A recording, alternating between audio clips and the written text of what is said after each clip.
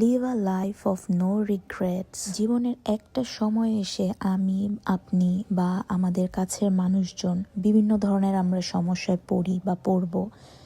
যখন আপনি অন্য কারোর সাথে আপনার সমস্যাগুলো শেয়ার করতে গিয়েও করতে পারবেন না, তখন থেকে আপনি বুঝে নেবেন আসলে দুনিয়াটা অনেকটাই আপনি দেখে নিয়েছেন। আপনি জানেন আসলে কার সাথে কতটুকু শেয়ার করতে হয় বা হয় না। Welcome to Snowberry and my beautiful world. আমার চ্যানেলে এটাই হচ্ছে আমার প্রথম ভিডিও করা। সো যাচ্ছি আজকে আমি অফিসে, আর যেতে যেতে শেয়ার করছি আমার আসলে কত দূর দিয়ে যেতে হয়, কতটুকু পথ দিয়ে অফিস করতে হয়, তারপরে আবার বাসায় আসতে হয়। সো দাঁড়িয়েছি হচ্ছে এখন সিএনজির জন্য। যাব অফিসে, সকাল বাজে এখন 8:30। তো সিএনজি পাওয়ার পর যাচ্ছি। এখান থেকে প্রায় অনেকটা পথ লাগবে যেতে।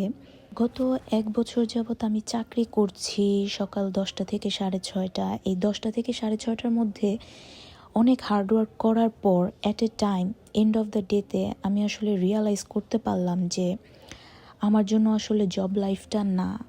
আমি ব্যক্তিগত মানুষ হিসেবে যদি নিজেকে রেটিং দিই তাহলে আমি খুবই স্বাধীনচেতা আর স্বাধীনতা প্রিয় একজন মানুষ। আমি অন্যের ক্ষেত্রেও যদি চিন্তা করি, আমি কখনো কারো স্বাধীনতায় হস্তক্ষেপ করার মতো চিন্তা শক্তি আমার আসে না।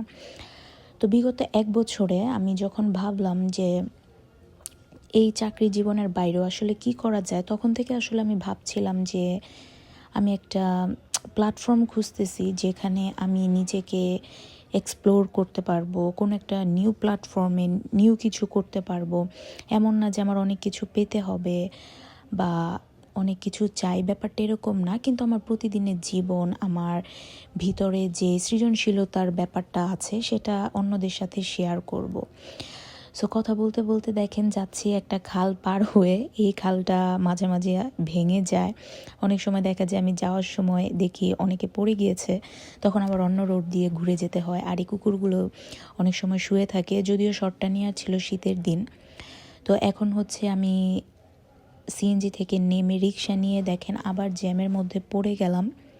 এখান থেকে অফিসে যেতে প্রায় আরও 20 মিনিটের মতো লাগবে। আর এটা মোহাম্মদপুরের জ্যাম, অনেকেই জানি 3 রাস্তার জ্যামটা যদি হয় তাহলে কি অবস্থা হয় আমাদের মতো অফিসে যাওয়ার লোকজনদের।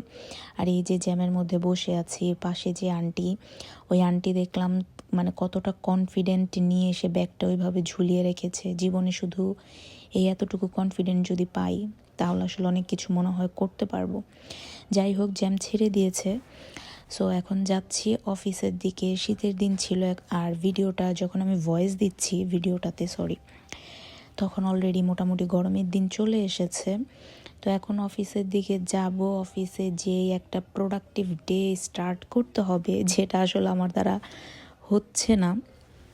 আরেকটা জিনিস আমি আসলে সবার কাছে আগে সরি বলে নিচ্ছি। বলতে বলতে দেখেন অফিসে চলে আসলাম। সো আমি পিসি অন করছি। তো যেটা বলছিলাম যে আমি আসলে ইউটিউবে যে চ্যানেলটা খুলেছি, এটা মূলত আসলে আমার মনের কথা শেয়ার করার জন্য বা আমার রেগুলার লাইফটা শেয়ার করার জন্য, অন্য কোনো আসলে পারপাস না। সো অনেকের ফিডেই যাবে। আই হোপ আপনারা পছন্দ করবেন। সো 1 কাপ কফি নিয়ে আমি আমার ডে স্টার্ট করে ফেললাম। আমার কি কি ডে প্ল্যান আছে, আজকে আমি কি কি করব 6:30 পর্যন্ত সব কিছু গুছিয়ে ফেললাম। একটু বাইরে বসলাম লবির দিকে, একটু মাইন্ডটা রিফ্রেশ করার জন্য, কজ একটা স্টুডেন্ট আসবে বলেছে। তারপরেই তো কাজ শুরু করলাম। দেখেন এইভাবে আসলে আমি কাজ করি, বাট না, এটা আসলে একটা জাস্ট শর্ট নিয়েছিলাম যে কাজ কেমন হয়। ওই দেখেন আবার ফোনটা আবার পড়ে যায়, শর্ট নিতে গেলে আবার হচ্ছে ফোনটা পড়ে যায়। আর এভাবে করে হচ্ছে আমি কাজ করি। তো আমার উদ্দেশ্য হচ্ছে রেগুলার সবার সাথে ভিডিও শেয়ার করা, হোপফুলি সবাই লাইক করবেন।